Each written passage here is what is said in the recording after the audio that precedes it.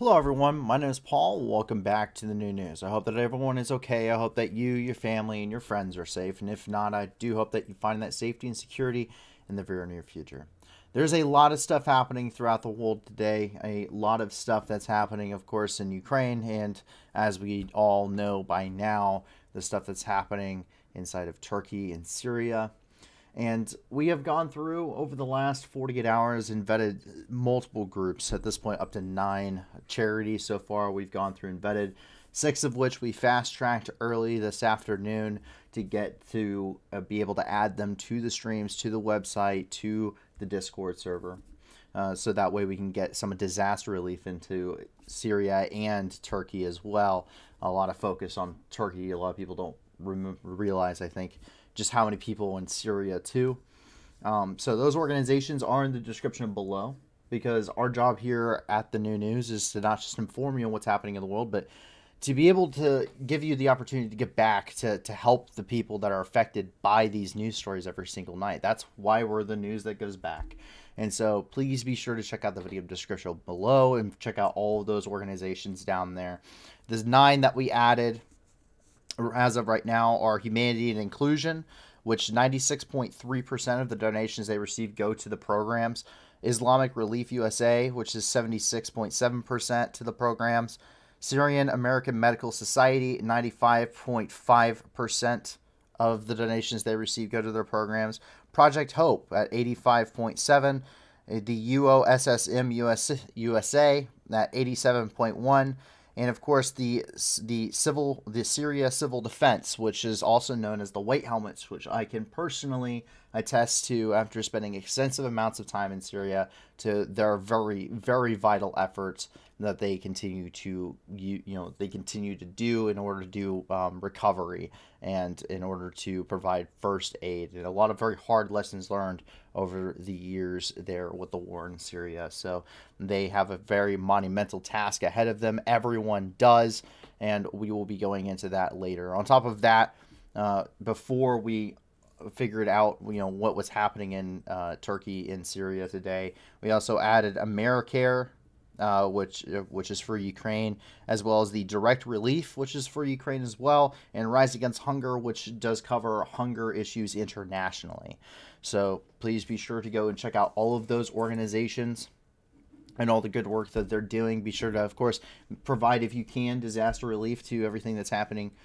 Check out those disaster relief ones that we have there for you, for what's happening there in Turkey and in Syria, as well as elsewhere throughout the globe, because they are certainly not alone. If you cannot tell by the map, there's a ton of people that are being affected by a ton of situations. And if you have more organizations, please jump onto the Discord or send us an email via our official emails on our website, and please send us a link to some organizations and a short explanation as to what they do, so that way we can get the vetting process started. We want to fill every single square inch. We want to fill every character of that description with nothing but just those links for different organizations to provide humanitarian aid. And as always, 70% or more of the donations that they will receive go to their programs, meaning they actually go to helping people, with 30% or less, and an emphasis for on or less, if you can't tell by the numbers I read off just a short bit ago, of those going to things like salaries and administration's costs. So please be sure to check out all of those wonderful organizations. A lot of great work, a lot of work upcoming here, and a lot of people that are going to need extensive amounts of help, as we've already been dealing with over the last year or so. And so with that, as we move into the news here, and as we continue to do this, if you can't give a lot to those organizations, give a little. If you can't give anything at all, that's okay too. Help us extend our reach. The more people that come here, the more people that watch the news and have the opportunity to give back, the more we'll be able to do, the more good we'll be able to do. So please, share, subscribe, all that fun stuff, sharing amongst your friends and stuff. All of that really helps us out, and it will help out a lot of other people too. And with that, if you have questions as we go through the news tonight, please feel free, if you're joining us live, to ask those questions. A lot of this does have to deal with warfare and a lot of conflicts, anti-terrorism measures, and things like that going on throughout the world. And please feel free to ask questions regarding any of those. I'll be more than happy to answer them to the best of my ability. If you're new here, to give you a little bit of a background on myself, I've served in the Marine Corps between 2016 and 2020. I was a corporal in a No. 352 anti-tank missileman with 2nd Battalion, 7th Marines, and I did 2 deployments to the Middle East. My first tour to the Middle East was between October of 2017 and March of 2018, where I spent 4.5 months in the country of Syria and a month and a half in the country of Kuwait. During that time, I was part of Operation Inherent Resolve. I was attached to Special Operations Forces inside of Syria, and I was providing medical aid to casualties there in Syria and assisting with the fight against the Islamic State, as well as stabilization efforts in the northeastern part of the country, mostly Deir ez-Zor and Al-Hasaka provinces. During my when I came home, I ran an armory for about 2.5 years as the non-commissioned officer in charge of the weapons company armory within my unit, before redeploying as the Javelin team leader with the crisis response company out of Kuwait between October of 2019 and March of 2020. From there, as the Javelin team leader, I was tasked with one of the 100 Marines that went to the Baghdad Embassy complex on New Year's of 2020, where I then went to the embassy, oversaw all anti-armor operations over the embassy complex, and assisted in securing the embassy after it was attacked by 4,000 protesters and Katiba's Hezbollah militants. I am a subject matter expert in anti-armor warfare and armor doctrine. I'm also a fully cross-trained machine gunner, a fully cross-trained rifleman, a partially cross-trained radio operator, as well as a CLS or Combat Lifesaver Certified Marine, meaning I've received additional medical training on top of what most do receive in order to assist Navy corpsmen. And I do have real-world battlefield experience in providing aid to casualties for a multitude of injuries relating to trauma. And outside of that, I do try to remain well-rounded. Interest in geopolitics, history, science, human geography, but I claim to be an expert in none of those things. But it doesn't matter, because expert or not, if you have an interest in these things, I please implore you to do your own research as well, because there is no substitute, especially when you're talking about people talking on the internet.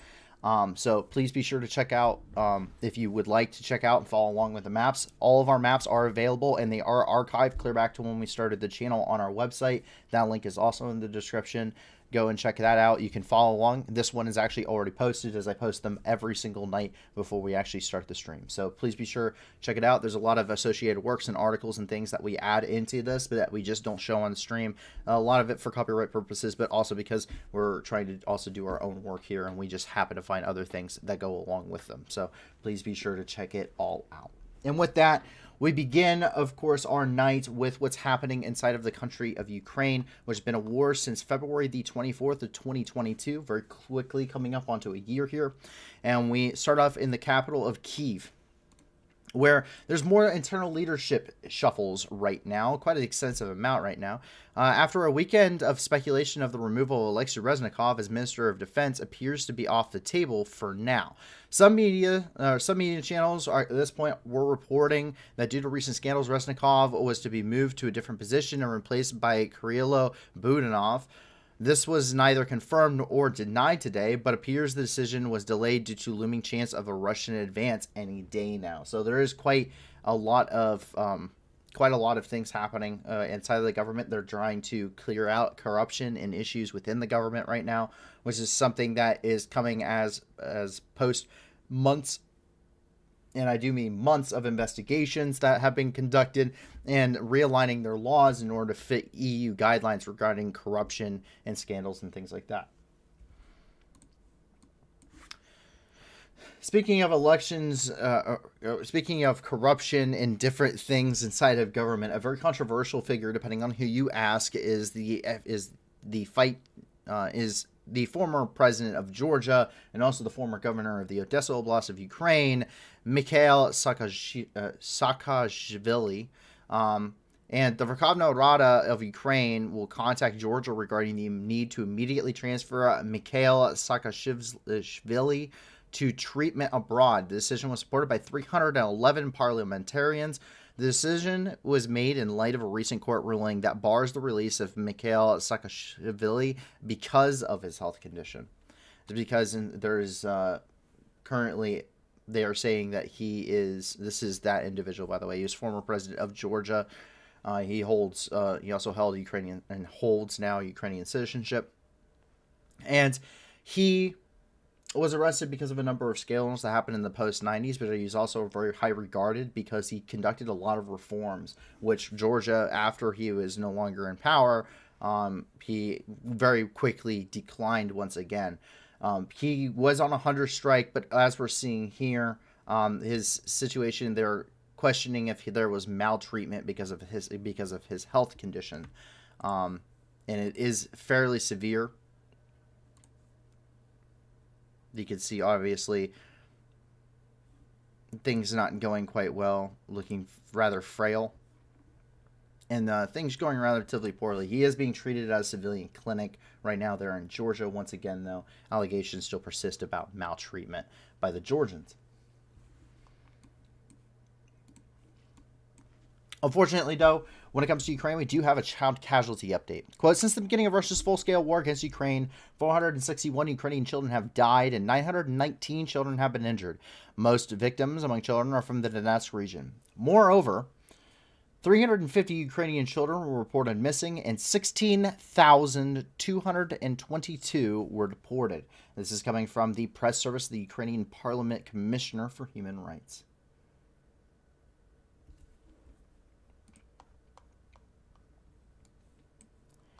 Move over here and into the Kharkiv area. We see S-300 missiles once again shelled the city of Kharkiv and caused rather extensive damage. Apartment complexes at downtown took the brunt, while the Bekatov University took a direct hit, collapsing part of the facility. At least 4 people thus far have been reported as injured. And you can see where the S-300 missile did come in and completely collapse that section of the roof. More photos coming out here.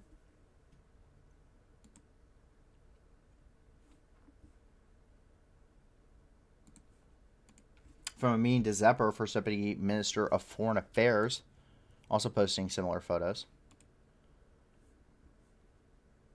As well as a video of the aftermath.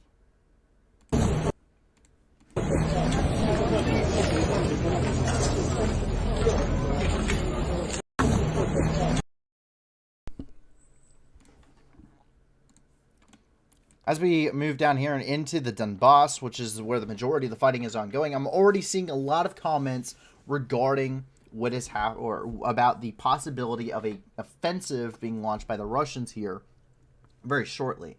Bookham 40 saying, expect numerous attempts by Russia to go on the offensive. It will hurt Ukraine, but they should hold them off. The question is if Ukraine can respond.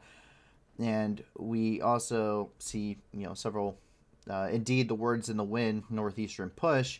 A lot of people bringing that up, and specifically, we actually get the information right now regarding any of that is coming from specifically Syria Haida, who is the head of the Luhansk Regional Military Administration, and all he posted over the last 48 hours was a very short sentence.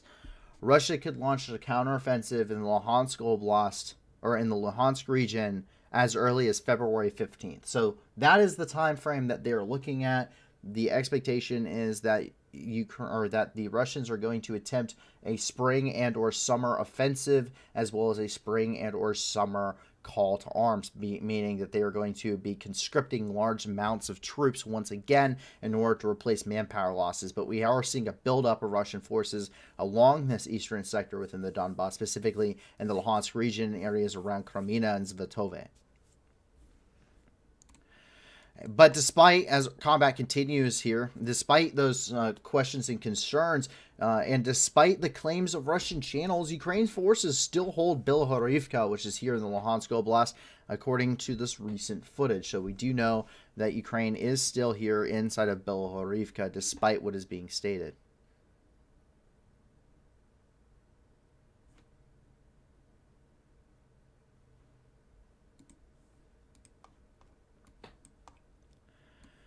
Coming down here and into the Donetsk region, we get our latest daily Donetsk update coming from Pavel Kolenko, the head of the Donetsk Regional Military Administration. He says, quote, on February 5th, number of victims of Russian army in Donetsk Oblast increased by 1 killed, 1 injured. And that does come out through a graphic released at 8 a.m. local time this morning, and both in English and in Ukrainian.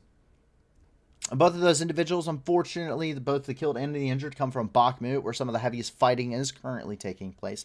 So far, since the beginning of the war on the 24th of February 2022, 1,351 Ukrainian civilians have been killed, with 2,995 having been injured. And this does not include individuals that are located in places such as Volnovakha, or the city of Donetsk itself, which has been under occupation for a very long duration, and also Mariupol, which we know from Maxar satellite images, tens of thousands of civilians have been killed, at least according to the mass grave sites scattered around the countryside around the city.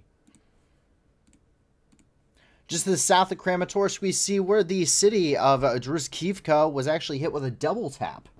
This is a strategy of Russian forces in order to kill and/or wound first responders during strikes. The rockets ended up striking several apartment complexes and a kindergarten that was within the city. In total, there are at least 5 people who have been injured throughout, but because of both barrages. And some of this information, once again, coming from Pavel Kolenko, reporting on what's happening in his city. You can see some of that destruction here. Obviously, a very, very much damaged building, similar here. Those apartment complexes, once again, being struck.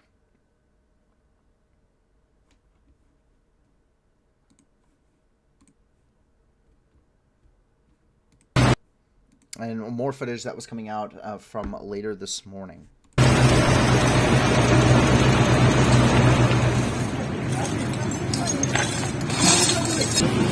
Первый удар был, я услышала, что у меня как бы стекла задрожали на балконе. А второй я лежала на кровати, я никуда не поднималась. Когда второй прилетел в детский сад, то вот это вот меня обсыпало стеклянным дождем. Вот дали на лоджию закрыть и балкон, потому что окна будут закрывать вот везде.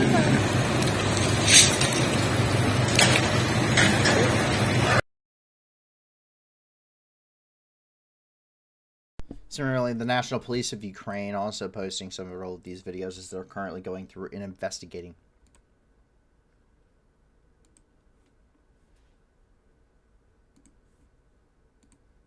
As we come over here into Bakhmut, the battle for Bakhmut still rages on, of course, as it would appear to be Groundhog Day every day there in Bakhmut. The battle for the city does continue, and Russian forces continue to press the offensive, so currently on the outskirts of the city, trying to conduct mass wave attacks against well-entrenched Ukrainian forces. The fighting is very unrelenting, and both sides are seeing very fierce combat and very heavy casualties as a result.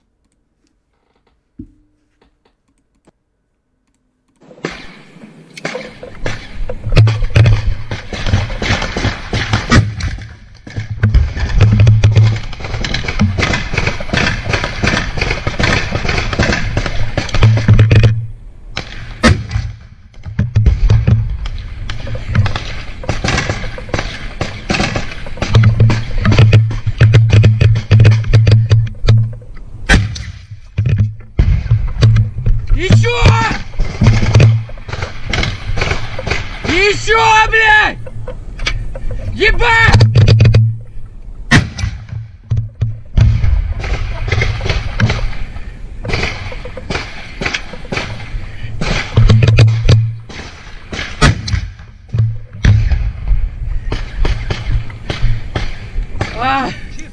Давай.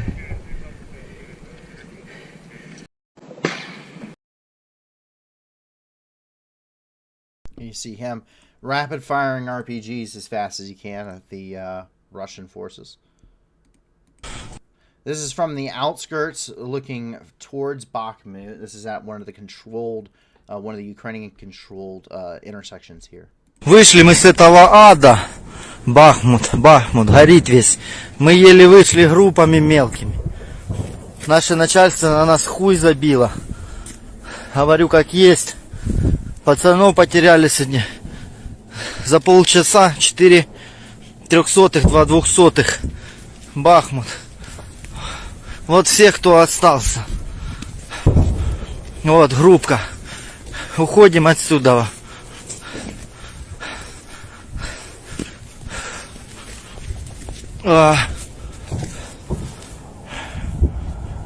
Пиздец, блядь. Ад, там просто ад. Ребята, там ад. Я вам говорю.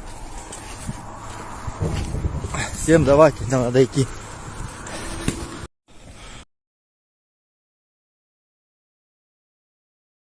You can see here, this is the Georgian Legion, as there are multiple foreign legions operating here inside of, in and around the Bakhmut area, trying to fend off against those the Russian forces here. And you can see them under constant barrage, just very calmly preparing for their mission.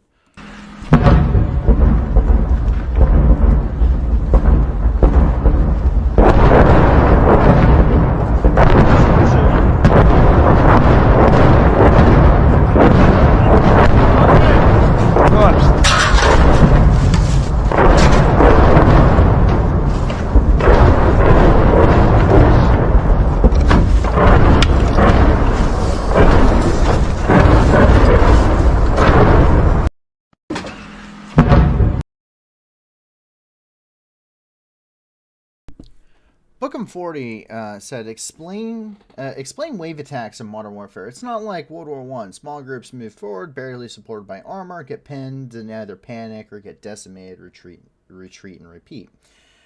Yes and no.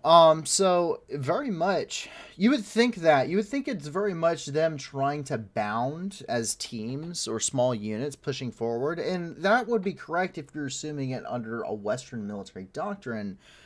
But it'd be wrong. It's actually much more like World War I than what we're really seeing. It's just not the massive hundreds of guys throwing themselves at the line. It's about a squad's worth, but the idea remains the same. And the reports are that Wagner forces would be sending in, they are literally given a Google's map, they're literally given a Google map, and then with an overlay and arrows pointing to where they're supposed to go on that map. And so they just get oriented, and then they're sent forward. Commanders in the rear kind of overseeing what's going on, and also likely killing anyone that actually retreats or for cowardice, because that's kind of how the Wagner group does operate. In fact, they will actually execute you if you're repatriated as a POW. So very much, you're just seeing it in squad levels, sometimes platoon levels. I would say, dare I say, company levels, but that's usually with armored support.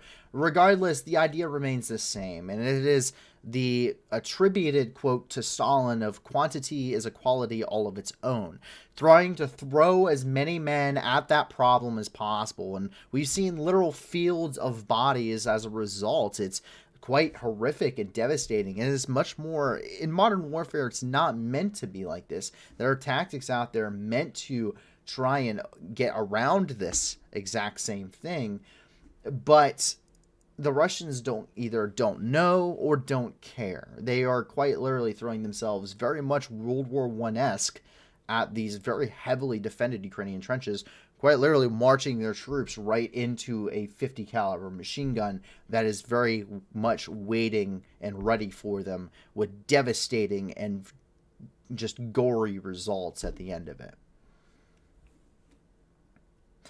And you can see what happens when these go bad, because believe it or not, Russian troops also can't take that kind of beating for very long, as I'm sure you can tell, because survivors here.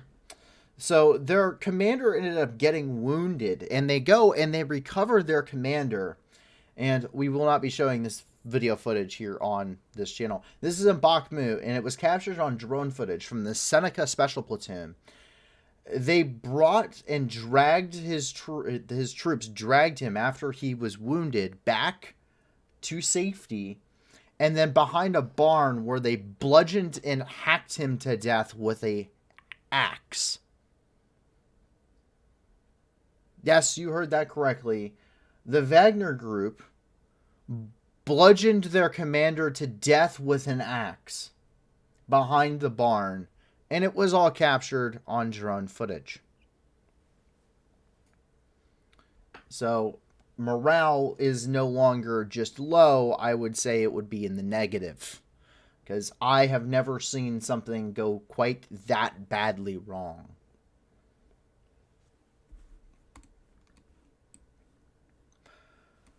As we continue down here, we end up reaching the Sea of Donetsk, where a very desperate Prigozhin is trying to improve his rating within Putin's inner circle.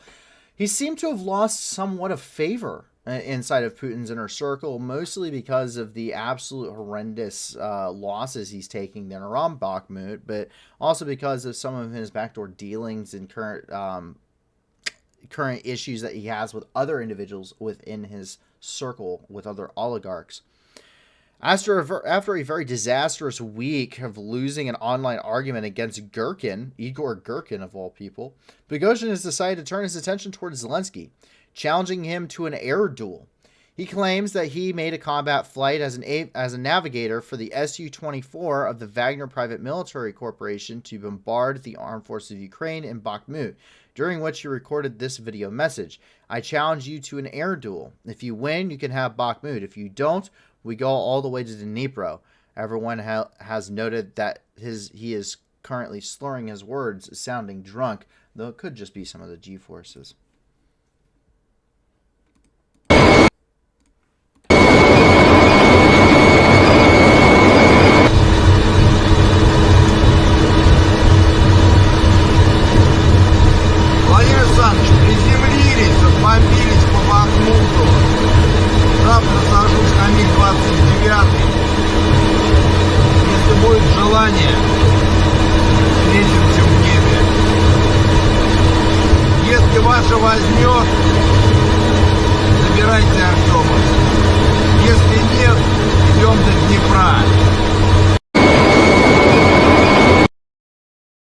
And you can tell by the altitude of that aircraft, one, he is low, but he's not particularly fast, nor is he making any hard banks.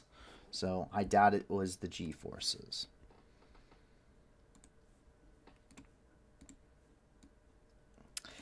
A video came out very recently, showed a group of members mobilized of the Republic of Tuva, and they have recorded an appeal to Putin. They complained about an ongoing harassment within the DPR, quote unquote.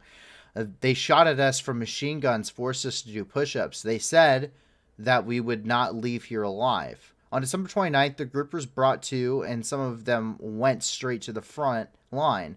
After several men from the unit were wounded, it turned out that they weren't formally enlisted with any Russian military formation and had no command as such.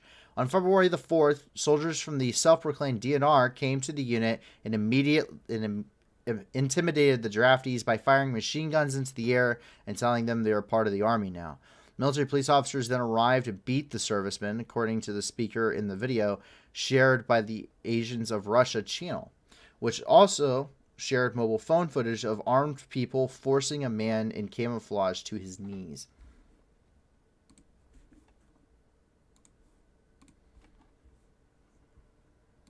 And that is this plea to Putin. Министр обороны Сергей Гжигодович Шойгудон бистин жооп бастың Владимир Владимирович Путин улуу билетлеп Түркиспо чидик айттырыңны көрүп берин туанын оолдарынан. Солбан Гарол Валерьевич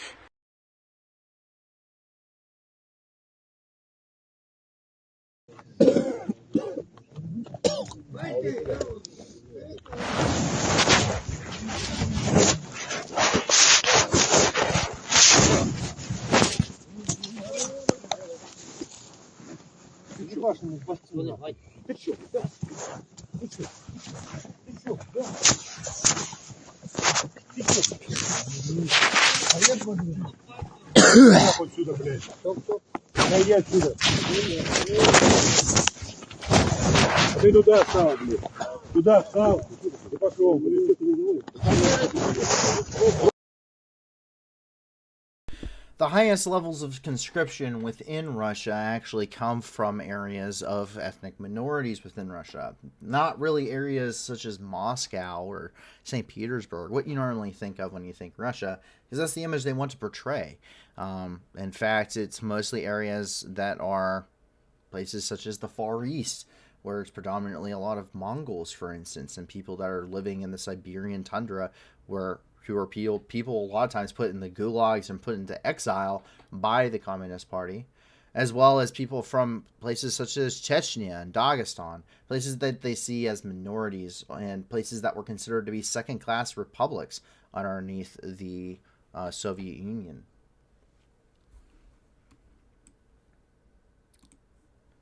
Meanwhile, in Marinka, heavy fighting does continue over the city of Marinka, which continues to be pounded into absolute oblivion while mindlessly conducting frontal assaults against Ukrainian positions. However, they continue to be repelled. 333. Ага.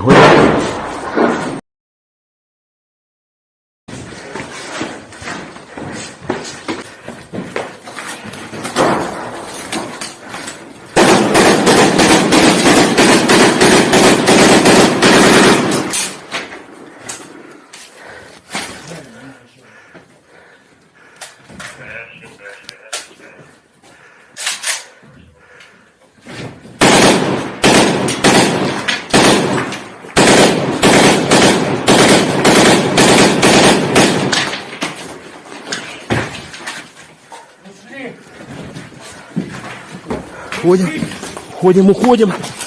333.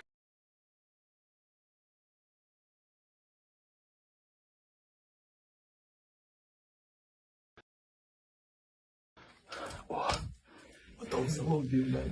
О. Ми, коротше, в повній залупі, блядь. Можна сказати, потрошки поточення беруть. Але то сухня. Єбать, яка Мар'янка, нахуй, розхуярена, блядь. Та всі такі думи, блядь. Блядь, зараз танчик побачить телефон, щоб хуяра мені в телефон в камеру, нахуй. Коротше, тут пиздець, що робиться. Все в хлам. Вот ми тут. Все схуярене. О!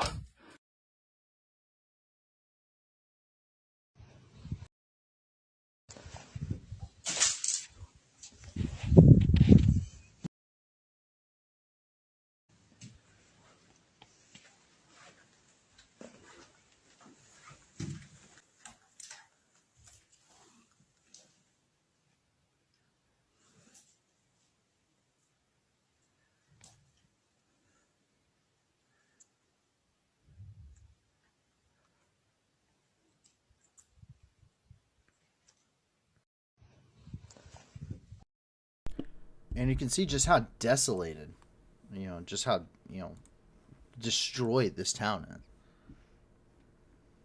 is.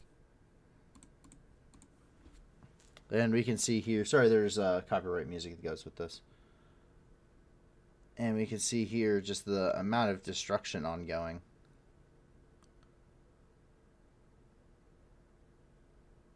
There's a tank assault ongoing there.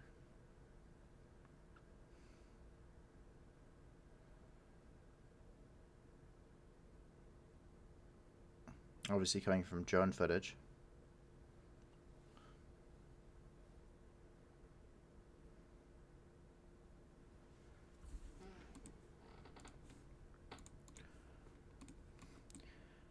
Coming down to Volodar, Ukrainian troops continue to repel repeated assaults by Russian forces in combat here. There's very brutal combat footage, which we're not going to be showing here on the channel. I can attest to just how wow that footage really is. But needless to say, it's a mechanized battalion or so's worth of troops that just gets obliterated in about a single go. The fighting in Volodar is extremely horrendous, but the Ukrainians are being very successful against the Russians in that sector. But that is everything inside of Ukraine, but that isn't necessarily everything that we have, as there's plenty of other stories throughout the world. And we immediately move into the international news here. Jumping up here into Kaluga, where a Ukrainian drone crashed about 300 kilometers deep into Russian territory. The Russian media claimed that this Tu-141 Stritz was shot down by air defense after flying 300 kilometers into Russia, crashing just 150 kilometers from Moscow. This is a significant advancement from previous known range and puts a lot of Russian military infrastructure within 300-kilometer range in danger.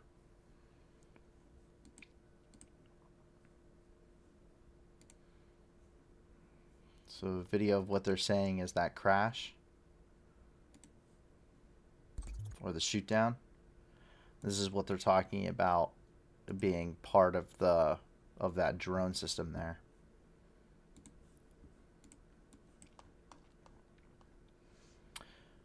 Don't get things twisted though when it comes to Russia, as we will see here, because we've talked about a lot of different things of Russia being untrustworthy. I think that's a fair and rather polite way to put it. Many people, unfortunately, do take Russia's statements at face value. However, with minimal amounts of research, it is easy to see why Russia can't be trusted diplomatically or to adhere to international law or even common decency, as we're getting ready to see. This is easily illustrated when you're looking at the reaction to the ongoing situation in Turkey and Syria. Official diplomatic channels meant to be read by the international community focused on sharing their condolences and bolstering the Russian image by immediately providing claims to support, as we can see here, and it's very plainly put out there in English and in Turkish. And so we see that here. This is coming from the official website of the Kremlin. Telephone conversation with President of Turkey Recep Tayyip Erdogan. Trying to, it's focusing on immediately providing Turkish partners with the necessary assistance in relieving the consequences of the national disaster. All of that wonderful stuff. Same thing with President Bashar al-Assad of Syria, leader of the Syrian regime there, and the only Ba'athist leader left in the Middle East.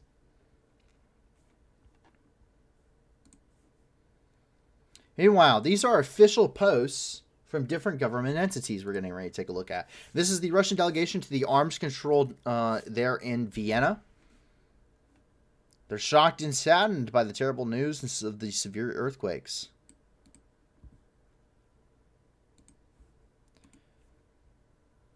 The Russian mission to Geneva, similarly. Deepest condolences over the earthquake.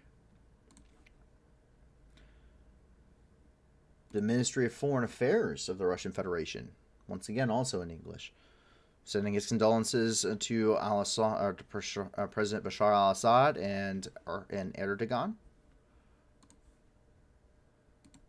The Russian mission to the European Union.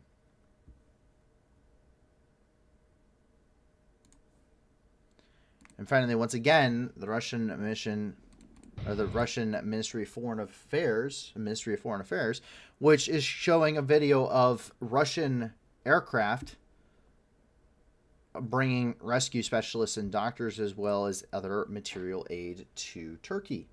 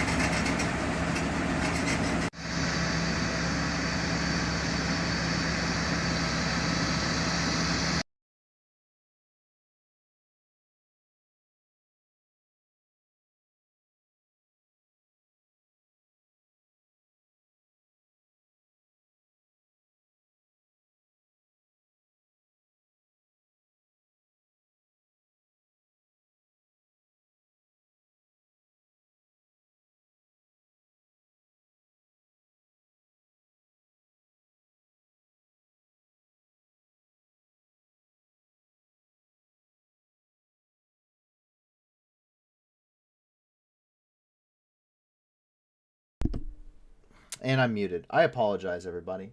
So that is the official stance of what that is supposed to mean. Most people aren't going to read Russian, or they're not going to listen to Russian. They're not going to, even hit that translate button on Twitter, right? Most people aren't going to do that, which is why it's in English. It's meant for you and me and everyone else to see, to get this image of, hey, we know, hey, we're coming to help you. Everything else aside, like, this is a terrible disaster, condolences, we're going to send some help to you, and kind of giving that image of, there's still some humanity left. However, that is the illusion, because when you are reading what's being said in Russian and what you're hearing in Russian and what is translated for you, you can see the other side of this. This is actually verified by our in-house translator. This is on Russia One, which is a Russian government-owned news channel, and this was airing today. It's a very different tone that's being given to the Russian people. Here's the Russian political scientist, propagandist, and tabloid journalist Sergei Mardon regarding Turkey today. Live today in Russia on a Russian state-run, in a Russian-owned channel, like government-owned. Часть западного мира. Турция – это восточный фланг НАТО. И вот вполне себе осознавая это, как-то у меня не складывается картинка, что мы должны встать в общий строй, вот желающих оказать помощь Турецкой Республике, и тоже что-то туда отправить в 2 самолетах. Выразить соболезнование, да, конечно, это по-человечески правильно. Ну, наверное, и все. Ну, логично было бы. Ведь все для фронта, все для победы, все для своих, все для наших, а потом для всех остальных, если останется. А я не уверен в том, что останется. Турция часть западного. We should give our condolences. And that's it.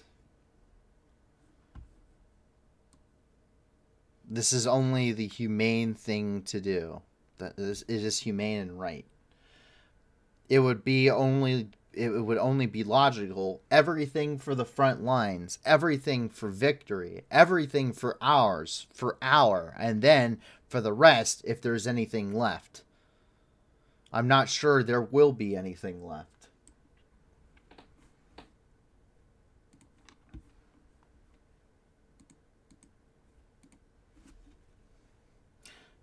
Very different tone. This is the Russian government, and all of those English, all translated in English, being, pushed out by the government for you. But when you look at what's being said to the Russian people, you see the other side of it. And that, once again, is a Russian government-owned channel. It, along with 5 others, not including the ones that are owned by government enterprises, such as RT, which also owns RIA Novosti, and Rupli, or TASS. So, 2 sides of the same coin. And it's very depressing that that is the tone that they choose, and that is the image they continue to portray very blatantly. Meanwhile, coming from Poland, the first Canadian Leopard 2 ended up arriving in Poland. Ukrainian troops will begin training there on the Leopard 2 system before it is finally deployed to the front lines once that training is complete. And see it being offloaded here off of the, I believe it's the C-17.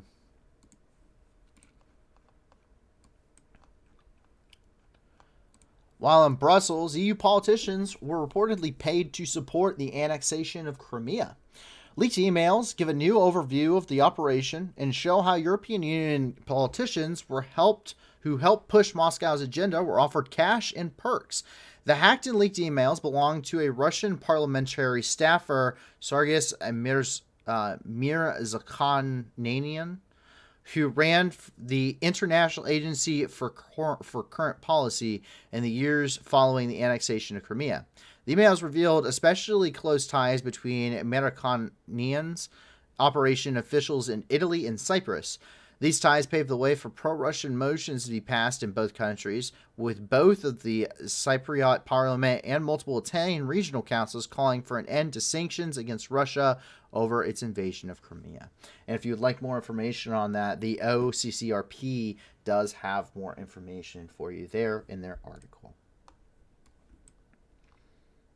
Meanwhile, in Paris, Ukrainian refugee was attacked by a protester. A communist protester ended up hitting a Ukrainian refugee with a flagpole after being confronted. The Ukrainian protesters could be heard screaming, "Stalin, Putin, terrorist," coming from Visegrad 24.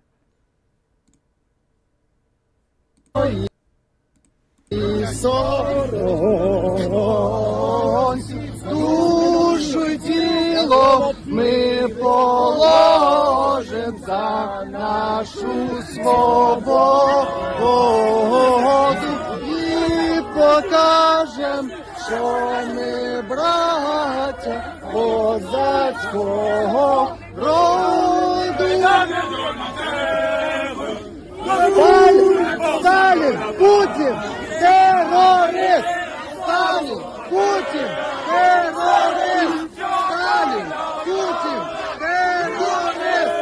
Сталін, Путін, терорист! Сталін, Путін, терорист!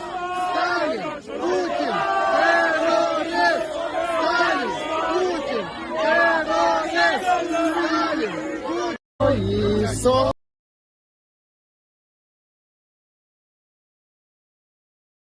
Interestingly enough, a current member of Russia's Communist Party was actually present at the rally.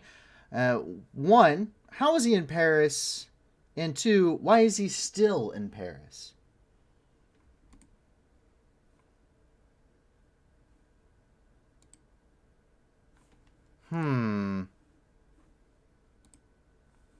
Strange.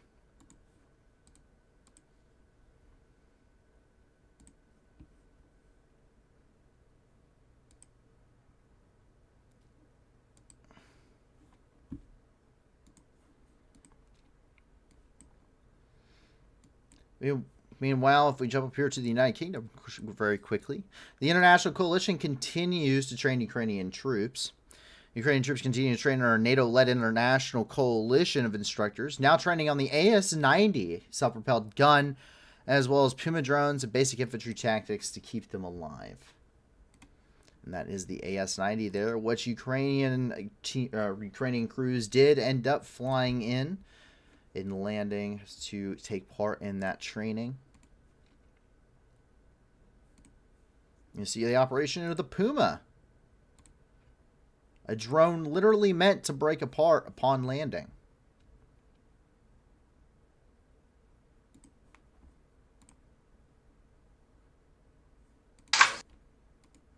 This is coming from the Australian team during their training.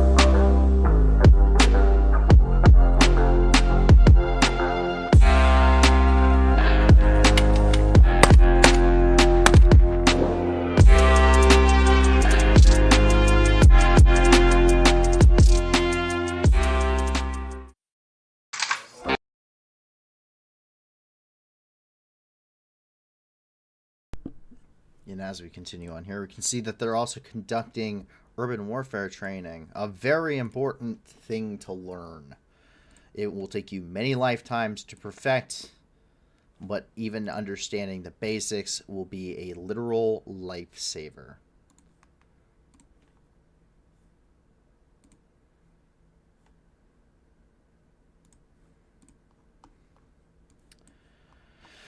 In Istanbul, 15 people were arrested, suspected of planning an attack on Sweden and Netherlands consulates there in Istanbul. Turkish authorities have detained 15 people suspected of planning terrorist attacks against the consulates of Sweden and the Netherlands in Istanbul because of the burning of the Quran. The detainees are accused in connection with the Afghan branch of the Islamic State, Vilayat Khorasan. Turkish police said that they found no evidence that the 15 citizens detained in Istanbul were involved in plotting attacks on behalf of the Islamic State of ISIS in Syria.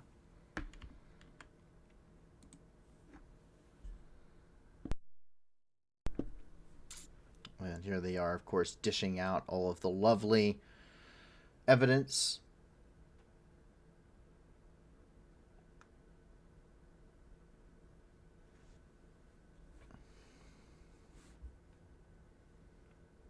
A rather long video, but nonetheless, you get the idea. And that brings us to the big story of the night, and that is what is happening here in northern Syria and southern Turkey, where at least two cataclysmic earthquakes measuring 7.8 and 7.7 in magnitude, respectively, hit Turkey and Syria there right at the border.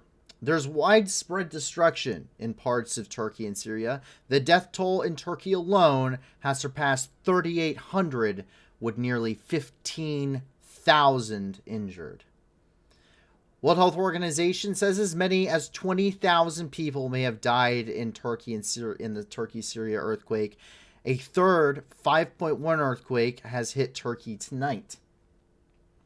Seismic activity appears to be heightened all over the world today, with additional quakes in Taiwan with a magnitude up to 5.1 and 4.2 magnitude earthquake in Argentina near the Arakar volcano.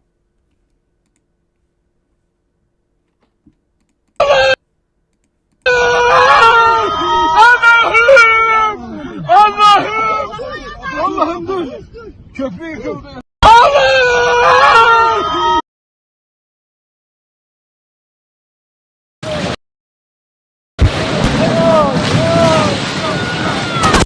The death toll from the massive earthquakes that have devastated Turkey and Syria is continuing to rise, with thousands killed and thousands more injured, in what Turkey's government says is the worst such disaster to hit that country in decades.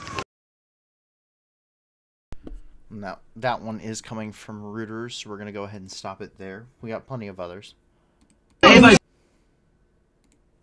Yere koy başını. Eray başını yatır. Eray başını arkaya yatır oğlum. Başını arkaya çıkar oğlum. Hadi bakalım. Gel babam. Gel oğlum gel. Abi çok sarsma. Çok sarsma. Gel baba. Allah. Dikkat et çocuğun kafasına dikkat et. Hadi sakin ol. Tamam. Tamam. Eray. İçeride. Baba gel. Eray. Yavaş gel babam. Gel oğlum.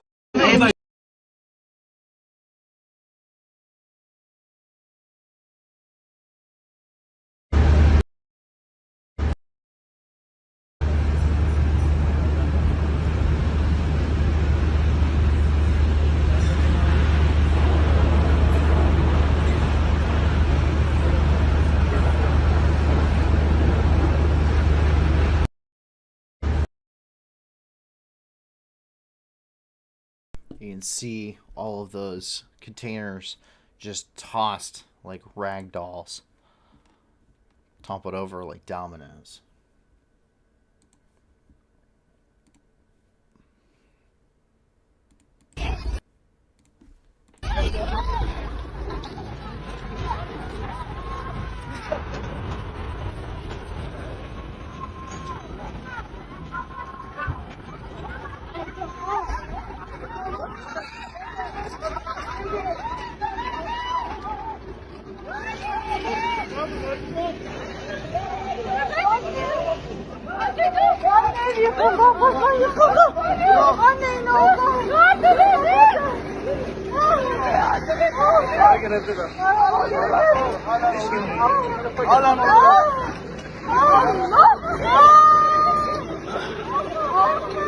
Yine sallanıyor bak. Hala devam ediyor, hala devam ediyor. Gitme. Sallanıyor abi, sallanıyor, gitme. Sallanıyor, bu tarafa gelin. Gelmez abi, o uzak ya, o uzak.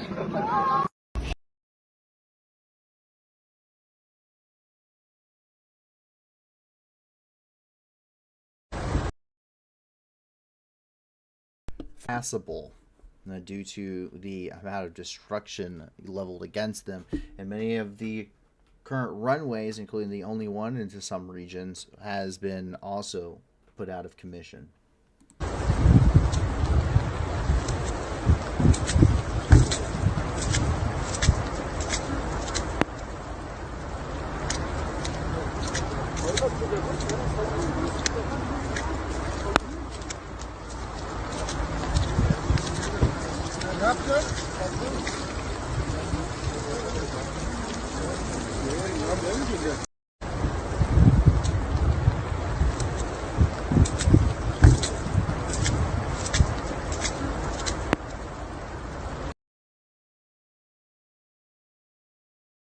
Meanwhile, as we continue here, rescue efforts are still currently obviously ongoing.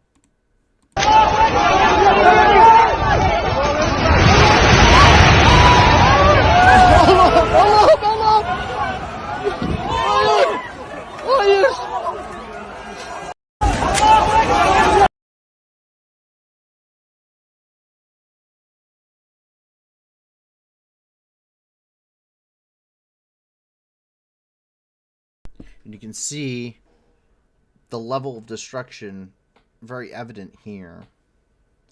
Entire neighborhoods eradicated.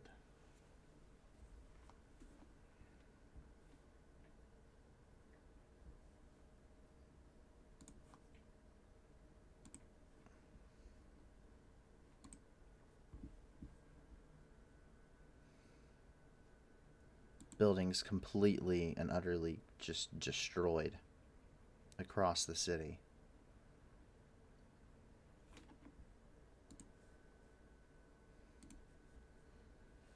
This is from survival. This is survival under the rubble. Enkaz altında depremdeyiz. Lütfen Allah'ını seviyorsanız bizi kurtarın. Mustafa Kemal Mahallesi 549 sokak. Mustafa Kemal Mahallesi 549 sokakta İskenderun. Ne oldu? Şu an That's him begging to be saved.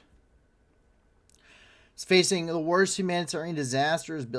Complete humanitarian disasters. Buildings still continue to collapse. Tonight it will be a cold winter night for thousands who cannot safely sleep in their homes. Many are left without homes, water, and power.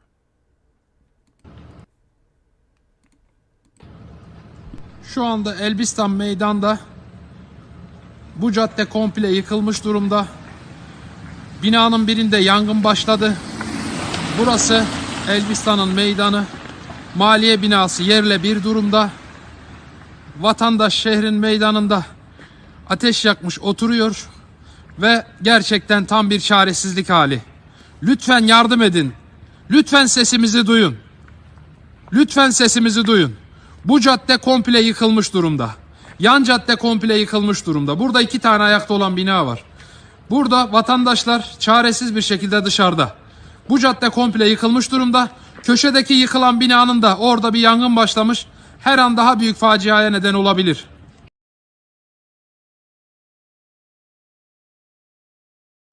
Not even a 2,200-year-old castle was durable enough. This is the castle beforehand, and it too has now totally collapsed.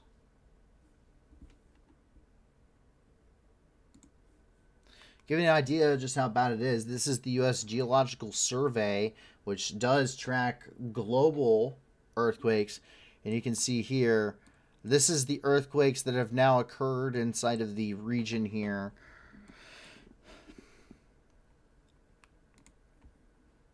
.5 near Latakia, Syria. 4.8. 4.2. 4.6, 4.4, 4.9, 4.5, 4, 4.5, all the way up, of course, into these much larger ones at 5.1, 5.0, 5.2, 7.5, 6.0.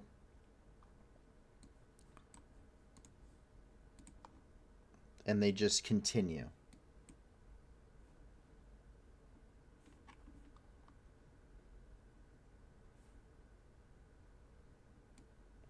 And that is, of course, as you can see here, all over the globe.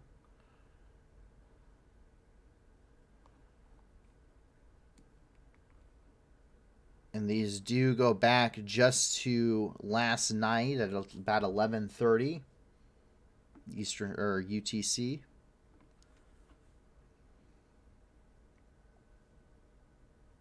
So you can see quite an extensive amount of activity there, but you can see just how devastating, and it just continues here in this region.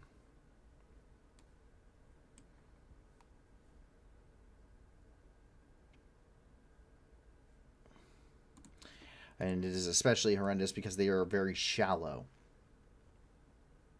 So once again, we vetted 6 separate organizations to provide immediate disaster relief. All of them provide 70% or more. In fact, 75% or more of the donations that they receive go to their program. So if you would like to provide help and donate and provide disaster relief to these organizations, please feel free to check out the different organizations in the description below. They are in their own separate section, but they are the Humanity and Inclusion, Islamic Relief USA, Syrian American Medical Society, Project Hope, the UOSSM, as well as the Syria Civil Defense, also known as the White Helmets.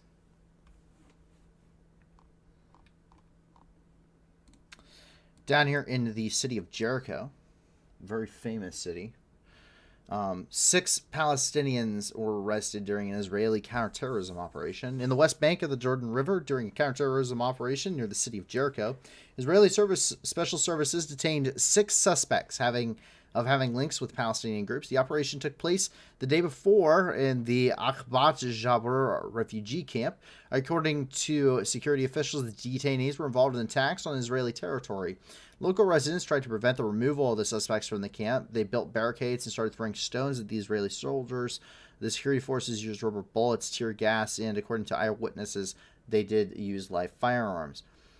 During the confrontation, 13 Palestinians were injured. 2 of them are currently in critical condition.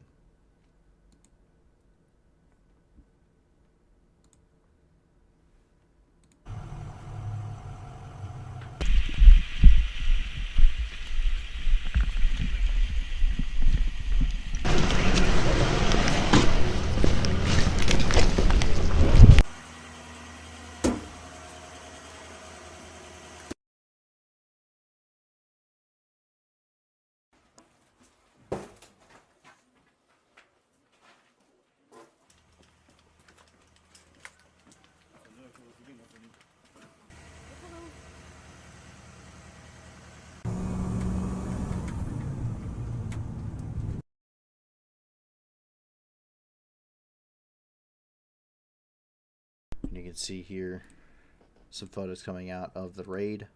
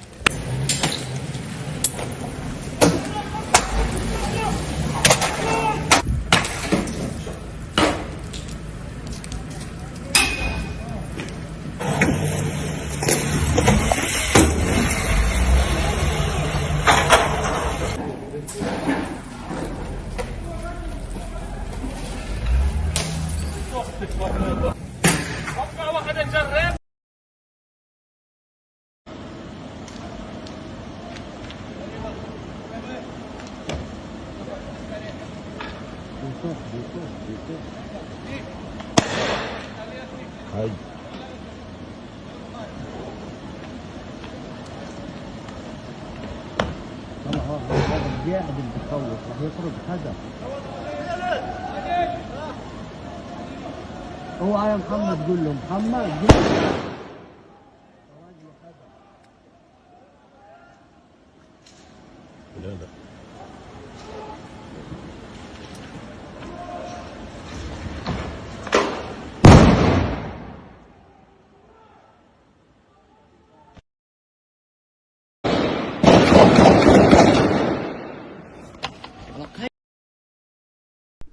Obviously, a very tense situation still there in Israel and Palestine. In Tehran, Iran's supreme leader, the Ayatollah, has promised to pardon tens of thousands, announced that he will free or reduce the sentences of tens of thousands of prisoners, including people arrested in recent demonstrations and those convicted of other crimes. But the long list of caveats made it doubtful that any protesters would benefit, prompting human rights activists to call the amnesty a sham. The announcement said it would not apply to anyone convicted of spying, armed action, committing murder or causing injury, membership in certain groups, having contact with agents of foreign intelligence services, or destroying public property, or the prisoners convicted of being an enemy of God, as among other crimes. Which would be what every single one of them essentially has been charged with. Meanwhile, in Quetta, Balochistan province of Pakistan, an explosion near a police station ended up injuring at least 5 people on Sunday. This was the third blast in a week, and the blast occurred in a highly secure area of Quetta, near the police headquarters and entrance to the Quetta cantonment. Allahu Akbar. चलो उस्ताद आगे चलो चलो चलो चलो चलो आगे चलो उस्ताद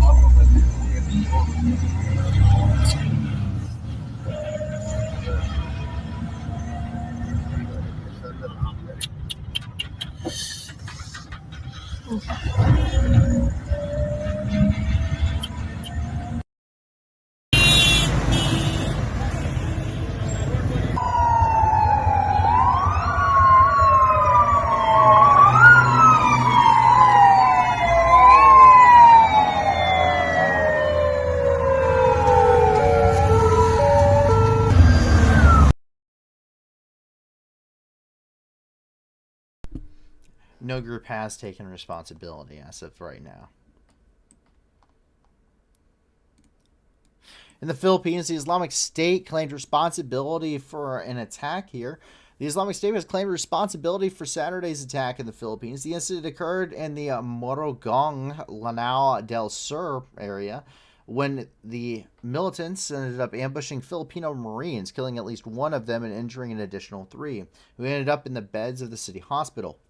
The attackers did not leave empty-handed, but with 2 pistols, with cartridges, and a motorcycle. At the last time the Islamic State made itself known in the Philippines was in May of last year.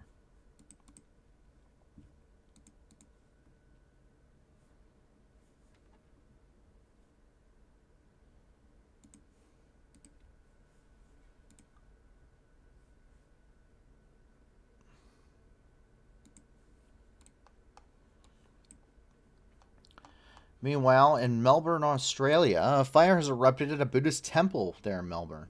The Buddhist temple has been extensively damaged by the fire in the Australian city of Melbourne. About 80 firefighters fought the blaze in the Bright Moon Buddhist temple for more than 2 hours before it was brought under control late Sunday. Spot fires were still being put out as of today. About 30 residents were evacuated from the area overnight, and others were told to close their windows to avoid the smoke. No injuries have so far been reported, but the cause of the fire has not yet been known.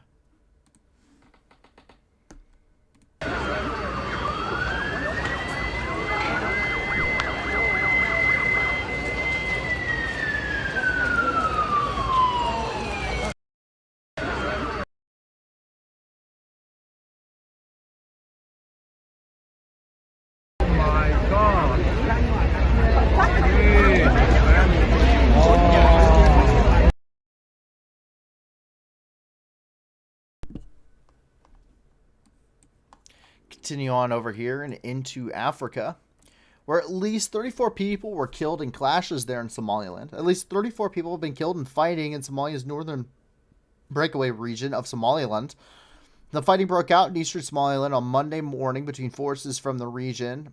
Mohammed Farah, a doctor in the Las Khanud hospital of the administrative capital of the Seoul region, said that at least 34 people were killed and 40 injured in Monday's fighting.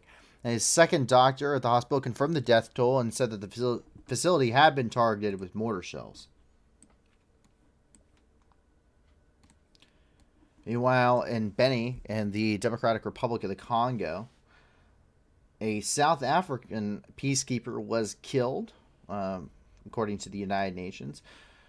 They were killed during the shelling of a helicopter at the UN peacekeeping forces in the province of North Kivu, and another was injured. The incident occurred immediately after takeoff from Beni. Despite the damage received, the aircraft landed safely at the airport in Goma. No one has yet taken responsibility for the shooting, but the authorities suspect that the March 23 movement, or M23 rebel group, was involved in the attack on peacekeepers.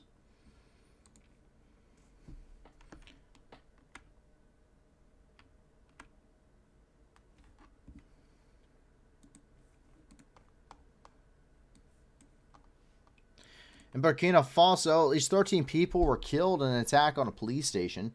The second incident occurred on February the 4th, where assailants attacked a police station in Bani, where at least 13 civilians were killed, including 2 policemen. The Europe Press International reported that 25 had been killed in the incident. 4.9 million people in Burkina Faso are in need of humanitarian aid, and only 38% of the 2022 humanitarian response plan was actually funded. According to the Armed Conflict Location and Event data, 314 people were killed in Burkina Faso in the first weeks of January 2023, with 95 of those being civilians. If you would like more, there's the Kampala report, as well as the Europa Press. While in the southern part of the country, at least 15 people were abducted from a public bus and then killed. At least 28 civilians were killed in 2 separate incidents in the past week in Burkina Faso. A non-state armed group abducted 15 civilians from a public bus on January the 29th in Mango Dara. The 15 killed were reportedly Nigerian Muslim pilgrims who were heading towards Senegal. Val Swahili does have more if you guys want to take a deeper dive into that. As we continue here with Mother Nature's fury, we come down here with the updates regarding the wildfires ongoing in Chile.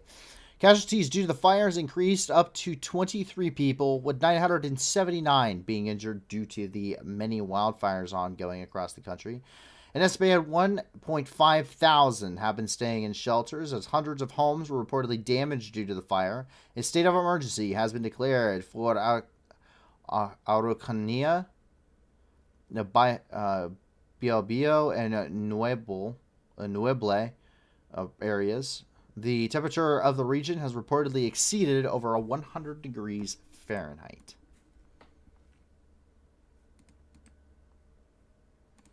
You see that temperature there.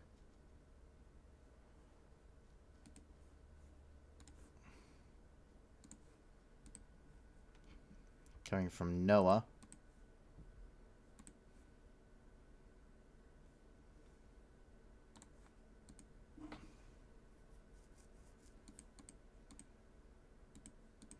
This footage of one of the wildfires from a distance. This is creeping in on town.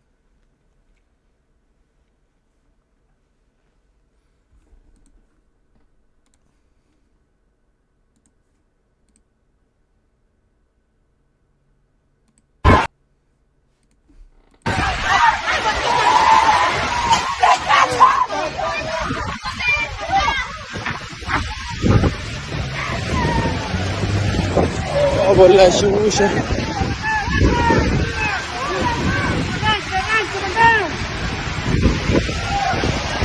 ولا mierda la wea está aquí al lado la se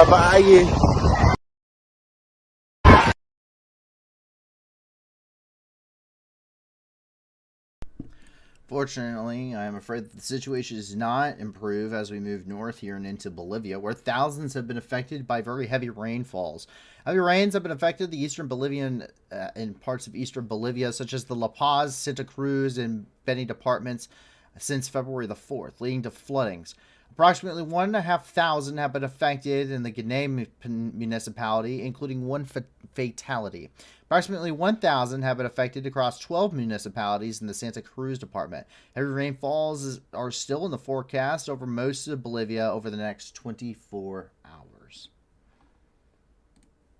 Simultaneously, 15 have died in a landslide that occurred on Sunday following torrential rains, the same ones affecting Bolivia.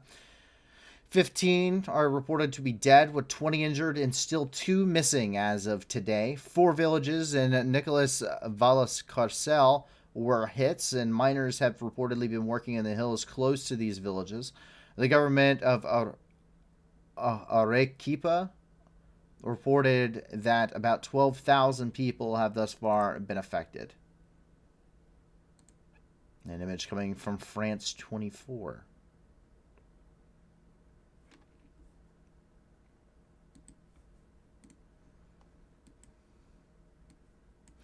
That is it for the hard-hitting news, and so of course we then continue to wrap up the night with something a little bit more uplifting, hopefully, or interesting at the very least, to try and end the night on a little bit of a lighter note, considering how very heavy-hitting the news has been.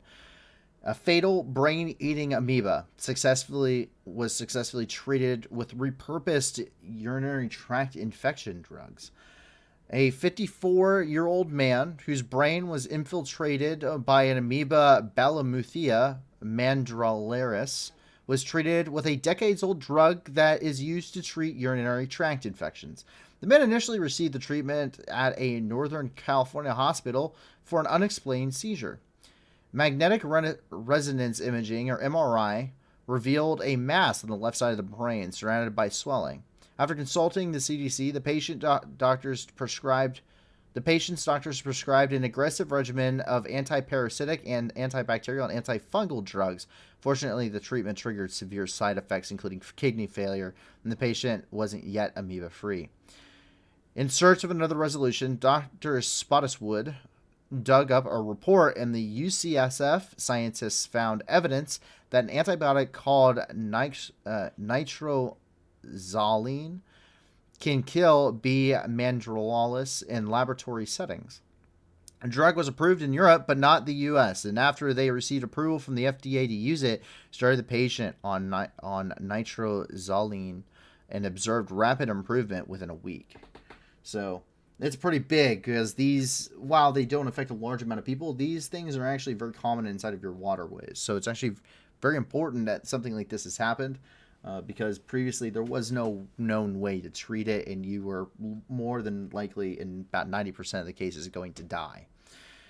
So if you would like some more, the scientific article is on this link, as well as an actual article, news article there on Life Science. And we go all the way over and into Japan for the last news story of the night. In Nara, just outside of Osaka, Japan, where a sword from the 4th century may have protected deceased from evil spirits. Archaeologists in Japan have unearthed a 7.5 foot long or 2.3 meter iron sword during excavations of a 1,600-year-old burial mound near the city of Nara. The sword was too large to wield as a weapon, so its purpose was probably to protect the person it was buried from the evil spirits. The lengthy weapon is an example of a dako, swords with a distinct wavy and undulating blade. Dako swords have been found in other ancient Japanese tombs, but the size of this one is exceptional. Quote, it's twice as big as any other swords found so far in Japan. And you can see, as they're looking at that from above, just the size.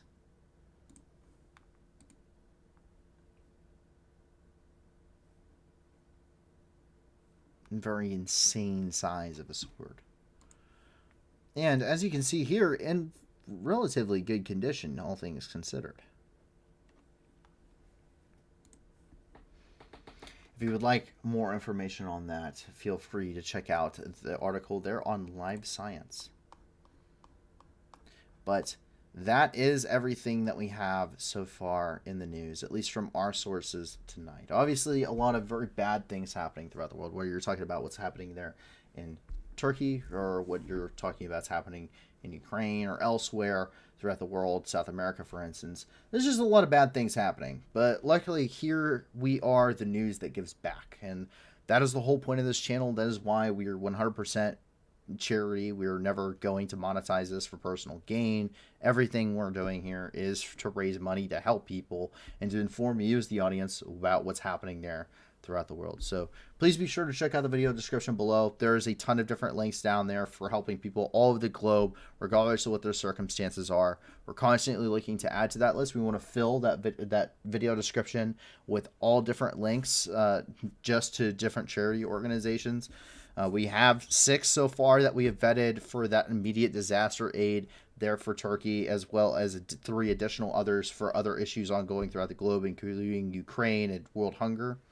And if you have more, please send them to us. Please jump on our Discord and shoot a staff member like myself or one of the many others that work on this team to a link to an organization, as well as a short description of what they do, so we can get that vetting process started. Once again, 70% or more, and an emphasis on or more, of those donations do go to their programs and go to helping people. So please be sure to, if you can't give a lot to these organizations, give a little. And if you can't give anything at all, that's okay too. Help us please grow this thing. The more people that come here and watch this and become informed, the more people that are here that can donate, and the more good that we can do through these streams to helping people all over the world. And of course, you get to learn about what's happening in the world around you in the latest news. And so with that, we hope that you will be back here on Wednesday at 10 p.m. Eastern Time, 9 p.m. Central, for yet another 48 hours of news and review and some updates on whatever else is going on out there in the world. We hope to see you then. And in the meantime, please help us grow this channel by liking, subscribing, sharing this amongst your friends and communities, and just passing the word around and helping us grow this project and help us to help more people. So with that, I thank you very much for all the support you've already given us, and especially to the organizations below. Please give a big appreciation to the team, as this is definitely a team effort. There's more than just me working on this. Fair, Aravis, and Riley, I couldn't honestly do it without. It's been pretty amazing. And so with that, I hope that you guys will be back there on Wednesday for even more. And with that, my name is Paul from the New News. Have a fantastic rest of the night, guys. I hope that you, your family, and your friends are safe. And if not, I do hope that you do find that safety and security in the very near future. And so I will see you hopefully on Wednesday. Bye now. Gone home, Russian soldiers, gone home. Бо ми всіх вас тут змішаємо з багном. І стоять до волновахи, і чудно кличе, діти нахуй. Тут працює ЗСУ і ТМО. Нам не треба ні конфлікту, ні війни. Та ми готові всіх вас звать до сатани. Тисячі вже полягло, і все більше шверхуємо. Тут для них нема нічого, крім труни. Gone home, Russian soldiers, gone home. Бо ми всіх вас тут змішаємо з багном. І стрія до волновахи, і чудно кличе, діти нахуй. Тут працює ЗСУ і ТМО. Вызволять пришел, братишка, ну привет. На моей земле тебе один ответ. Нашим людям с кирпичом,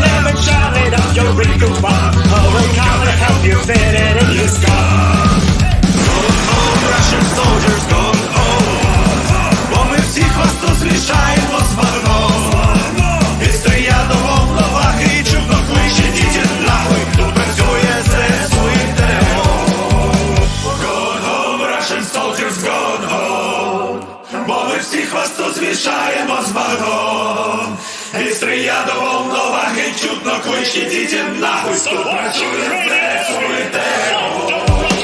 Going home, Russian soldiers going home. Бо ми всіх вас тут змішаємо з багном. Від стрия до волновахи і чудно клич, ідіть нахуй, тут працює ЗСУ і ТРО.